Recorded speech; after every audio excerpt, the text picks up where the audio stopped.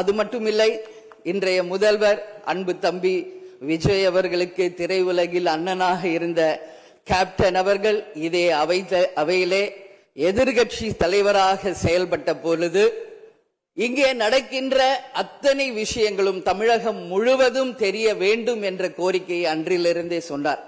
அதனால அந்த விஷயத்திலும் நடுநிலையோடு இருந்து ஆளுங்கட்சி சைடு மட்டும் கேமரா போக்கஸ் பண்ணாம சட்டமன்றத்தில் நடக்கும் அத்தனை நிகழ்வுகளையும் நேரலையில் தமிழக மக்கள் அனைவரும் தெரிந்து கொள்ள வகையில அந்த சரிசமமான ஒரு வாய்ப்பை ஏற்படுத்தி தர வேண்டும் என இந்த நேரத்திலே நான் கேட்டுக்கொள்கிறேன்.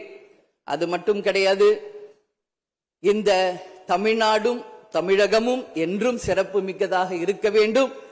எனவே என்னுடைய முதல் கோரிக்கை, இனிமேல் தமிழ்நாட்டில் நடக்கும் அத்தனை நிகழ்வுகளிலும் நமது தமிழ் தாய் வாழ்த்துக்கு முதல் இடத்தை கொடுத்து பிறகு மற்ற மொழிகளுக்கு முக்கியத்துவம் தர வேண்டும் என்பதை இந்த நேரத்தில் நான் ஒரு கோரிக்கையாக இந்த அவையில் வைக்க கடமைப்பட்டிருக்கிறேன்.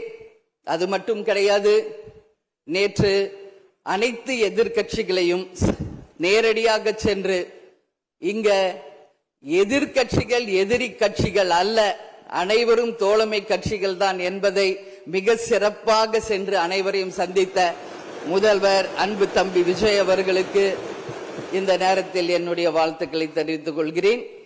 அது மட்டுமில்ல, இந்த அவை தமிழ்நாட்டுக்கும் தமிழக மக்களுக்கும் நீதியையும் நேர்மையும் நிலைநாட்ட வேண்டும் என்பதையும் இந்த நேரத்தில் தெரிவித்துக் கொண்டு, நாளை நடக்க இருக்கும் பெரும்பான்மையில் வெற்றி பெற்று அன்பு தம்பி விஜய் அவர்கள் மிக சிறப்பாக நம் நாட்டிற்கு பணியாற்ற வேண்டும் என்பதை இந்த நேரத்திலே நான் தெரிவித்துக் கொள்கிறேன்.